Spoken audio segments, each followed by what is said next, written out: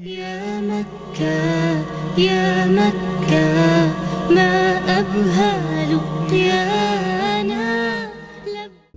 Cilj dušmana jeste sam da pocijepa muslimane.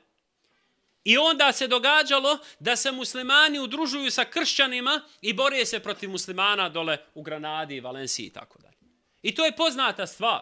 Dakle, mi smo dohakali sami sebi. To je još također jedna činjenica o kojoj trebamo voditi računa.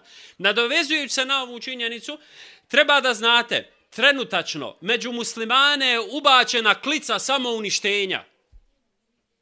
Ovo što vidite na Bliskom istoku jeste samo klica samouništenja islama i muslimana. Što će dušmani prljat ruke? Što će dušmani gađat nuklearkama? Gađat dalekometnim projektilima koji koštaju milione? Što će to uraditi u ime Božje kad će fino navratiti muslimane da kolje u muslimane? I to kolju se s bismilom. Ovaj s bismilom kolje ovog, a ovaj s bismilom dole biva zaklan. Kaže Allahov poslanik sallallahu alejhi ve sellem, kada musliman ubije muslimana i ubica i ubijeni će u džehennem.